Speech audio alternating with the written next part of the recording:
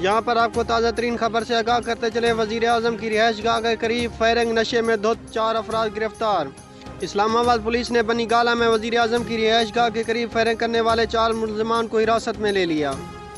اس video میں ہم آپ کو مکمل طور پر تفصیل سے بتائیں گے۔ اس سے پہلے کہ اگر آپ نے ابھی تک ہمارے چینل کو سبسکرائب نہیں کیا تو چینل کو سبسکرائب کر دیں اور ساتھ دیے گئے بیل آئیکن کو بھی پریس کر دیں تاکہ ہر آنے والی نئی ویڈیو آپ کو بآسانی مل سکے۔